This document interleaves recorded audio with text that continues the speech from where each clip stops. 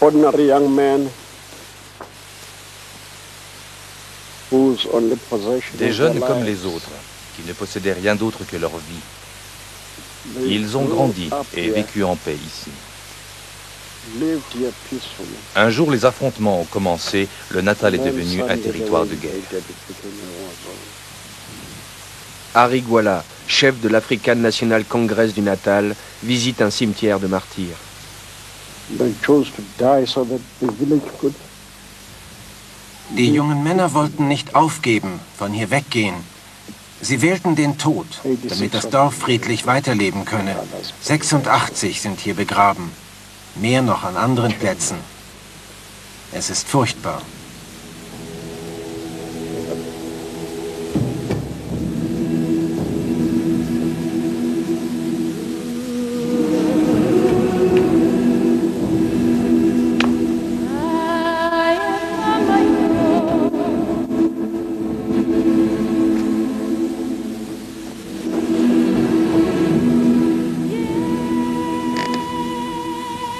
Soldaten patrouillieren an verrosteten Zaunpfählen. Die Grenze zwischen Inkatha und ANC-Land.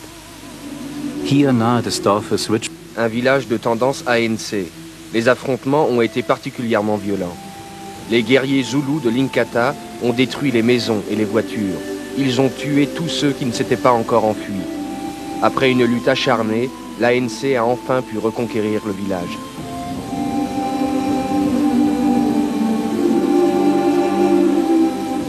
À Richmond, comme dans tous les autres villages du Natal, une guerre sanglante fait rage. Les Noirs contre les Noirs. La haine et l'amertume règnent. Behind all this is the state itself, and angry with the state. Derrière tout ça, il y a le gouvernement blanc. When you go to Richmond, Je suis furieux contre l'État.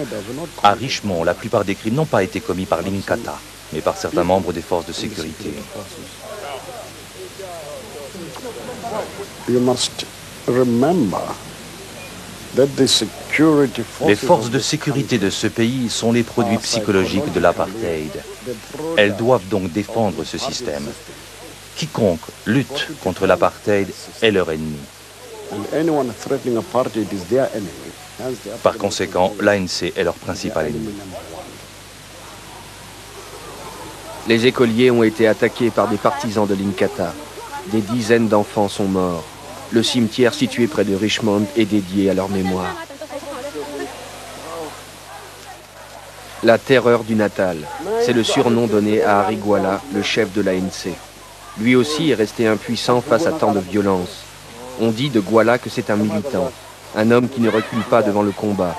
Pourtant, depuis l'attaque de l'école, sa soif de combat semble quelque peu tarie.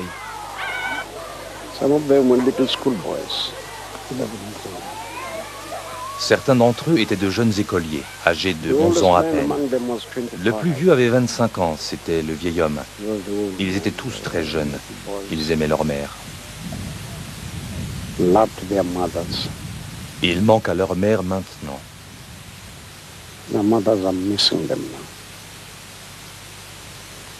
But they won't destroy us. L'État ne nous détruira pas. That person in this country Dans ce is pays, less than that. la vie d'un noir a moins de prix que celle d'un chien. Well, Shakespeare a dit says, yes. « Le mal commis par un homme lui survit, Even that men do mais le the bien wrong, disparaît but souvent the avec good lui dans sa often tombe. interred with their bones. » Les gens d'ici respectent Gouala.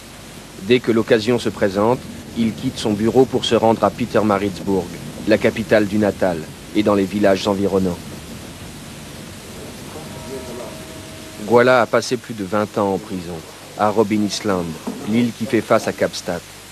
Pendant sa détention, il a failli succomber au saturnisme, un empoisonnement sans doute causé par de la vaisselle à trop forte teneur en plomb. Depuis, Gouala est paralysé des deux mains. Pourtant, la prison n'a pas brisé sa résistance. Gouala est communiste et il a toujours fait passer la lutte politique avant son propre sort. En prison, j'ai pu inculquer certaines notions politiques à mes jeunes camarades. C'est essentiel pour moi.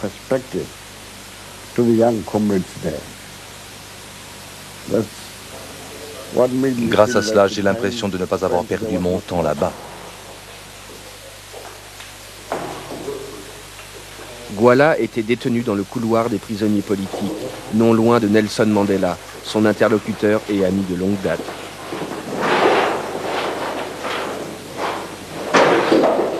La cellule de Mandela, le numéro 4, fait aujourd'hui office d'attraction touristique, bien qu'elle ne contienne plus aucun objet personnel.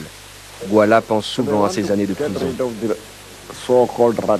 L'État voulait se débarrasser des soi-disant extrémistes.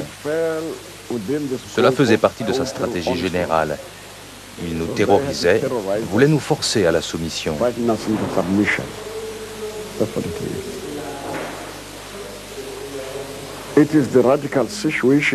Dans ce pays, la situation est radicale. Soit on lutte, soit on meurt. Nous allons changer cette société et construire une démocratie. Même si nous devons y laisser notre vie, nous continuerons à lutter.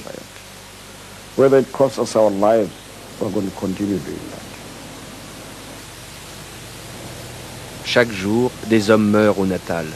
La guerre entre ANC et Inkatha est bien plus qu'une lutte entre deux organisations ennemies.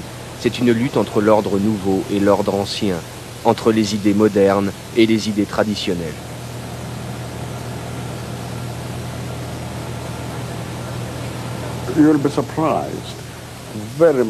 Certains vont être surpris, très surpris.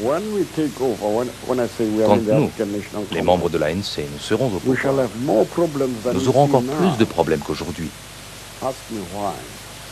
Pourquoi?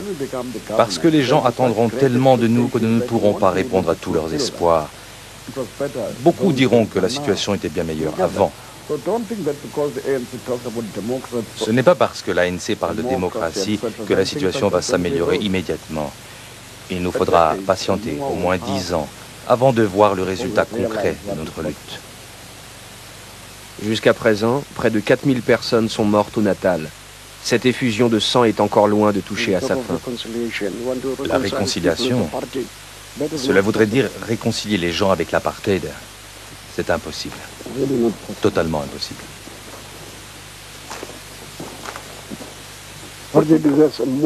L'apartheid est un monstre qui se nourrit de chair humaine, de personnes âgées, de femmes et d'enfants.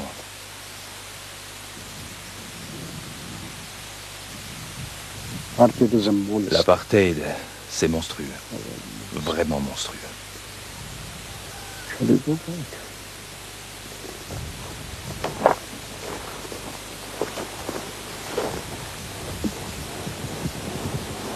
À 2000 km de la province du Natal, au nord-ouest du Transvaal, dans la région appelée le Plat Pays.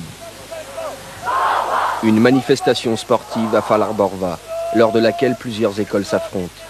Ici, loin des grandes villes sud-africaines, les boers vivent presque essentiellement entre eux. Ils ne veulent pas participer à la course pour la nouvelle Afrique du Sud. L'ordre ancien n'était pas si mauvais, disent-ils. Beaucoup partagent cette opinion ici. Même Horst Gubitz, un homme de descendance allemande, regrette le bon vieux temps. Seuls quelques milliers de boers vivent ici, dans un rayon de plusieurs centaines de kilomètres. La vie solitaire à la campagne a eu quelque influence sur les boers. Le peuple, comme il se surnomme, doit être solidaire.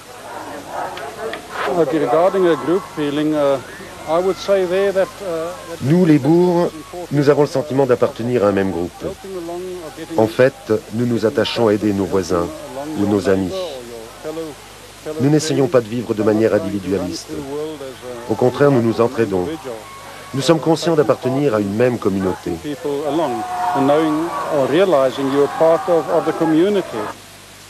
Gubitz a élevé ses enfants dans cet état d'esprit. 2 de ses 5 fils sont devenus fermiers, comme leur père. Horst Gubitz est membre du Parti conservateur, un parti qui s'est de tout temps engagé en faveur de l'apartheid. Ses fils, eux aussi, partagent la même opinion. La vie au plat pays a toujours contribué à préserver des valeurs hautement traditionnelles.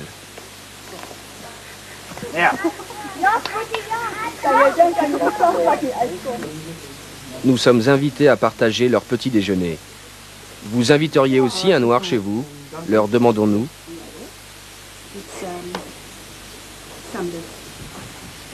Not usually, no. I wouldn't Non, usually. en temps normal, je ne le ferai pas. Special occasion, Mais à l'occasion d'un événement particulier, par exemple le mariage de mon frère, dans ce cas-là, oui. Special occasion. Yes, then Un noir qui travaille depuis longtemps pour nous à la ferme et que nous connaissons tous, je l'inviterai. somebody we all know, and then yes, then I will. Birds of a feather flock together. Qui se ressemblent s'assemblent, dit le proverbe. Je crois que les Afrikaners s'entendront toujours entre eux.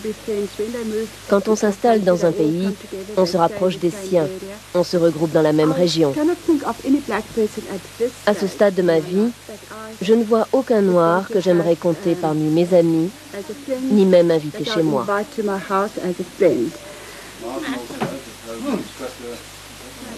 As hulle opgelei was, sou ons miskien Aujourd'hui encore, les Noirs sont incultes. as hulle slimmer was. S'ils étaient plus intelligents, nous les traiterions autrement. Nous respectons les gens cultivés. Wat opgelei is. C'est la maison de Martin près de la rivière. Parfois, les hippopotames envahissent son jardin, nous explique Gubitz. En 1952, son père a acheté sa ferme pour 5000 rands. À cette époque, l'endroit était désert et le terrain inutilisé. Gubitz a fait fortune en cultivant des mangues et des citrons. Il possède aujourd'hui 60 000 arbres fruitiers. Pourtant, l'avenir le préoccupe. Comparez donc la situation actuelle avec les années sombres de l'apartheid. Pourquoi parler d'années sombres? Tout le monde avait du travail, les blancs comme les noirs. Voilà l'endroit où vit mon personnel noir. Ces maisons, c'est nous qui les avons construites et payées. Une centaine de Noirs travaillent en permanence pour lui. Quand vient la saison des récoltes, leur nombre augmente considérablement. La plupart sont des travailleurs journaliers qui vont de ferme en ferme. Ils n'ont quasiment aucun droit. Gubitz est fier de nous faire visiter un de ces logements. Vous voyez, nous avons même mis l'électricité.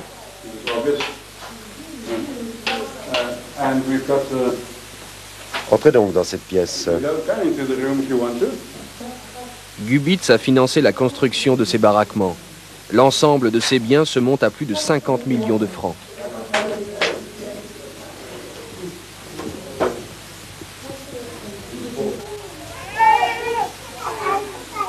Les hommes qui travaillent ici gagnent 15 rands par jour, soit environ 30 francs.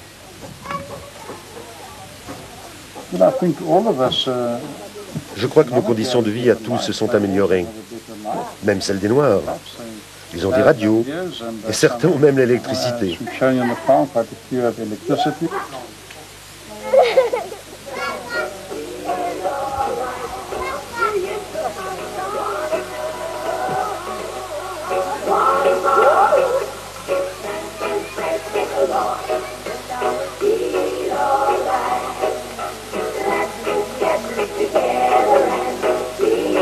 L'office du dimanche est obligatoire.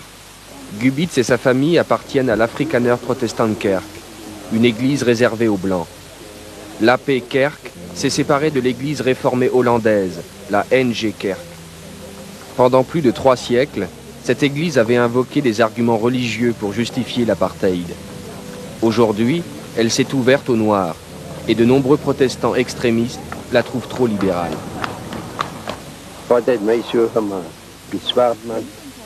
Dieu nous a fait blancs. Il a donné des cheveux crépus aux noirs. S'il avait voulu que nous soyons égaux, il nous aurait créés à la même image.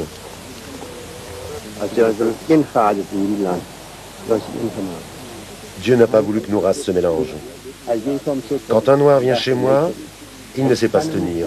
Il ne se sent pas à l'aise. Il ne peut pas.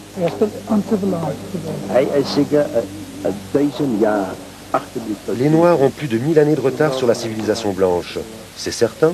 On ne peut rien y changer. Les Noirs mangent avec leurs pieds et leurs mains. Ils se nourrissent des arbres et des fruits de la terre. Ce n'est pas notre cas, nous les Blancs.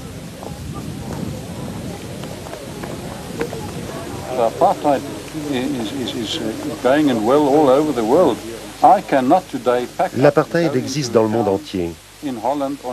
Je ne peux pas faire mes valises et partir comme ça pour les Pays-Bas ou l'Allemagne.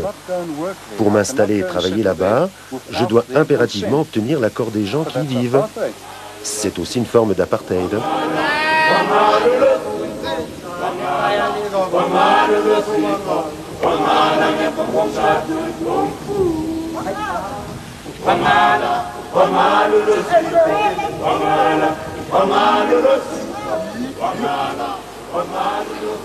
Pendant des décennies, seuls les Noirs étaient cantonnés dans des emplois tels que chauffeurs de chaudière. Gerd Venter n'a pas le choix. Aujourd'hui, si je dis à un Noir, « Cafre, fais ci, fais ça », il me répond « Je ne suis pas un cafre ». Il va alors se plaindre à la police et me créer des problèmes. Aujourd'hui, si je frappe un cafre, il va chez le docteur et moi en prison.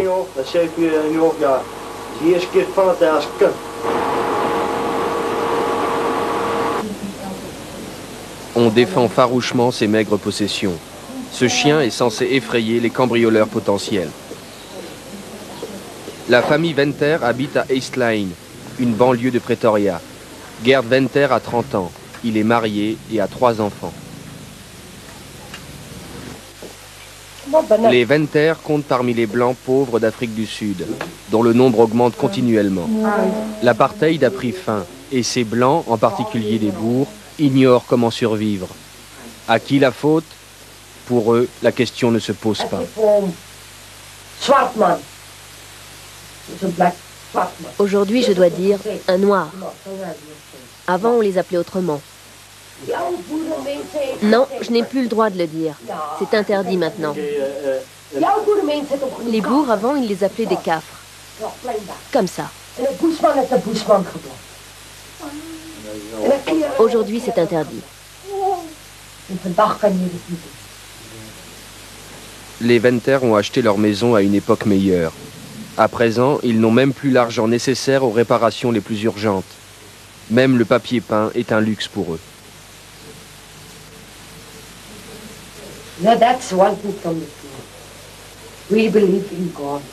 Nous les pauvres, nous croyons en Dieu.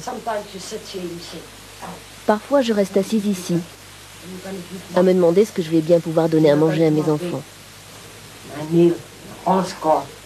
Alors je prie Dieu de m'aider. Dis-moi comment trouver à manger pour mes enfants. Et alors, Dieu me montre le chemin. Il m'envoie chez quelqu'un qui me donne un peu de nourriture, du sucre, du pain ou 2 œufs. Au moins assez pour mes enfants. Voilà pourquoi je crois en mon Dieu. Gerd Venter travaille 7 jours sur 7. Le dimanche, il fait jusqu'à 18 heures. Les autres jours, 12 heures. Il gagne 700 francs par mois. De plus en plus de boers sont dans la même situation que les Venter.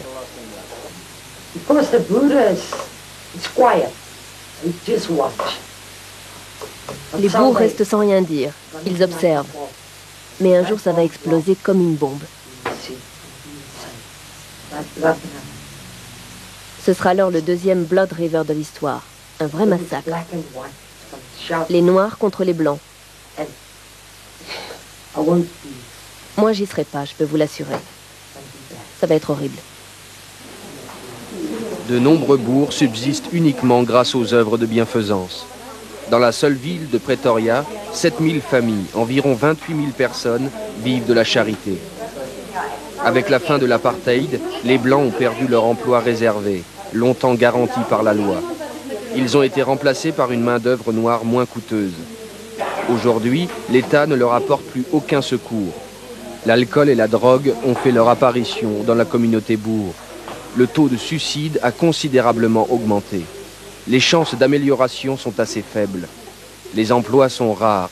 Chaque blanc doit s'imposer face à des douzaines de candidatures noires.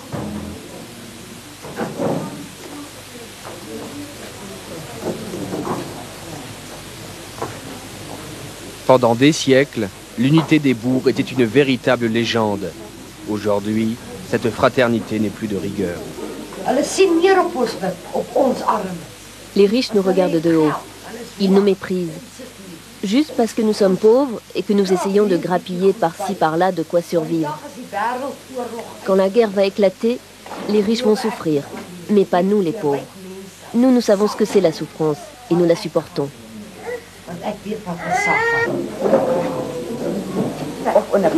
Voilà déjà 8 ans que Kleintje Pereira vient en aide à ces hommes.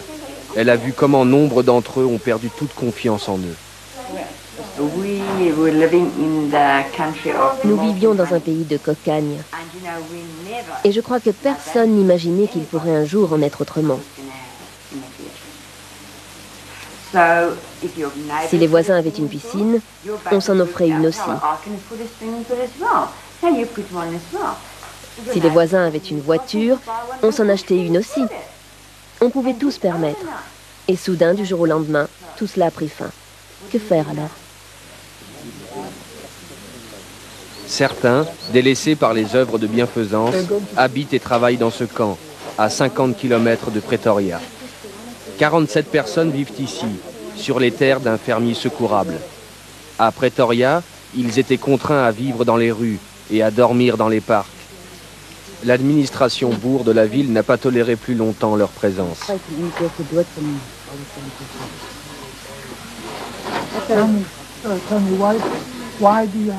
Pourquoi devez-vous vivre ici?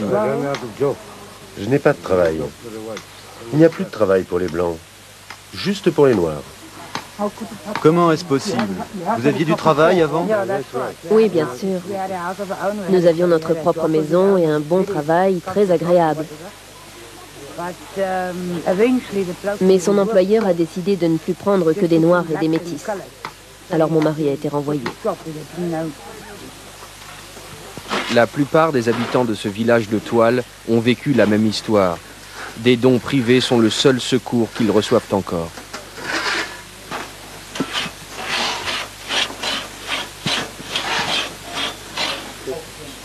Ils partagent le peu qu'ils possèdent. Beaucoup ne retrouveront plus jamais leur place dans la société normale. C'est là la véritable ironie de l'apartheid.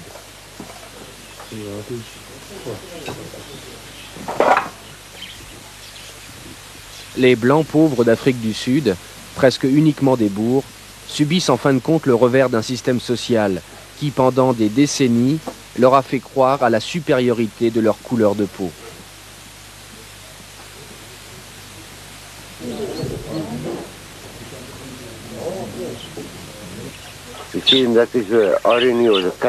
Vous allez comprendre l'ironie de la situation. Si j'étais noir, le gouvernement de l'ANC m'aiderait financièrement. Comme je suis blanc, personne ne m'aide. Heureusement que des endroits comme celui-là existent. D'après les estimations, 40% des Blancs sont sans emploi. Essayer d'obtenir du travail, c'est comme essayer de trouver des diamants en pleine rue. C'est impossible. Depuis la fin de l'apartheid, il n'y a plus de travail. Et si l'ANC arrive au pouvoir, il y en aura encore moins.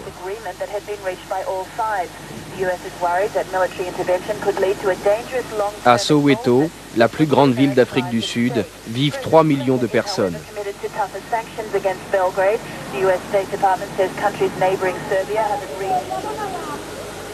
Sipho Mtambo a 23 ans. Il est né et a grandi ici. Il a réussi à échapper à la misère du township. Sipho est correspondant local pour le Sowetan. le plus important journal d'Afrique du Sud.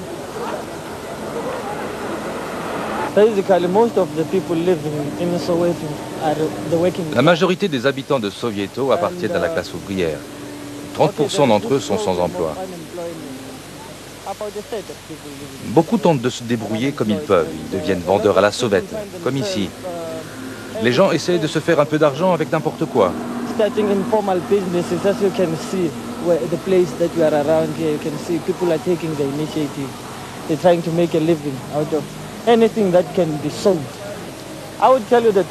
Les Noirs sont prêts à tout accepter, sauf l'apartheid. Tout ce qui rappelle l'apartheid est détruit, comme par exemple ces écoles. Pendant des décennies, les écoles ont été le symbole de l'oppression. L'enseignement avait lieu en Afrikaans, la langue des maîtres bourgs. Cela a changé à la fin de l'apartheid. Sinon, rien n'aurait changé. En Afrique du Sud, l'éducation est vraiment une éducation politique. Elle conforte les enfants dans l'idée que les Blancs sont supérieurs aux Noirs.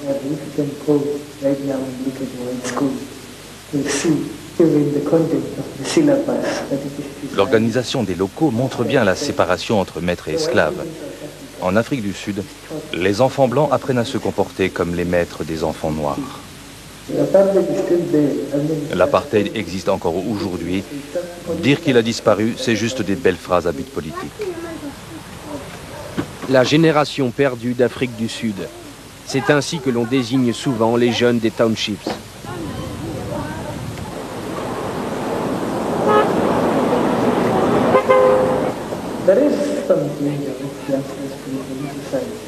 Le danger, c'est que les jeunes deviennent trop engagés politiquement. Mais en Afrique du Sud, la politique est partout. Tu ne peux pas y échapper. On trouve des enfants de 6 ou 7 ans à peine qui assistent à des réunions politiques. Nous avons parlé de cette histoire dans notre journal, le Sowetan. Ces jeunes parlent de stratégie et apprennent à se défendre contre les forces de sécurité. En Afrique du Sud, tu ne peux pas échapper à la politique. La politique est partout.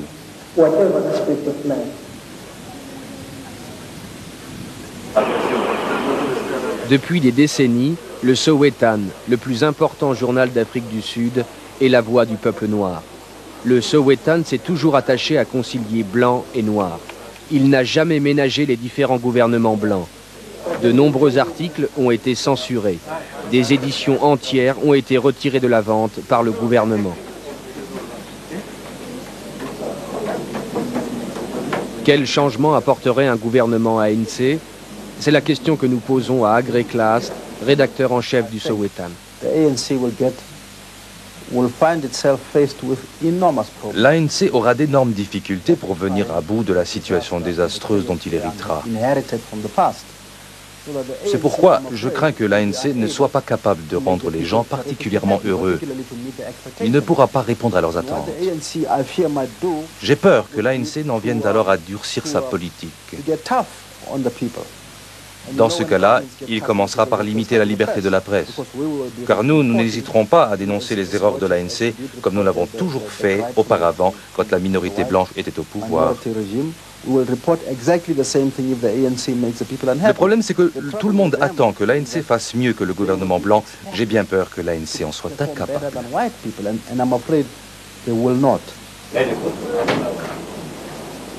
Agré Claast ne changera rien à l'objectivité de son journal, même sous un gouvernement de l'ANC. De plus, il aimerait ouvrir de nouveaux horizons à la génération perdue des townships.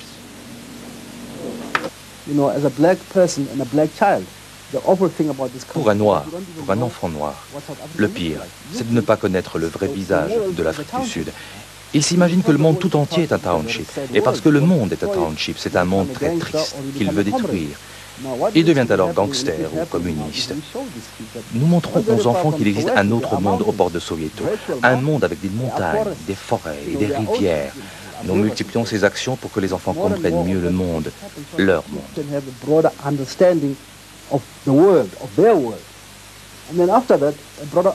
C'est un crime de confiner les gens dans un espace si restreint, de leur cacher à quoi ressemble leur pays.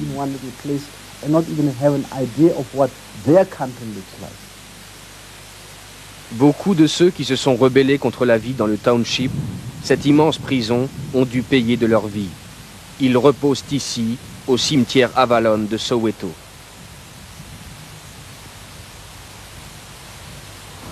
More than anything else, I'm dreaming of peace. Plus que personne, je rêve de paix. We've had it enough. Nous avons eu assez de violence. But every time Et chaque fois que nous pensons avoir eu assez de violence, il se passe alors quelque chose qui nous pousse, nous les Noirs, à nous engager dans une lutte violente. to engage in a violent kind of struggle. As we are speaking now, Même actuellement, la situation s'envenime, débouche plus ou moins sur une guerre raciale. Je souhaite que les partisans de la violence finissent eux aussi par devenir raisonnables. L'Afrique du Sud n'en peut plus, nous ne pouvons pas continuer ainsi. cannot take it anymore.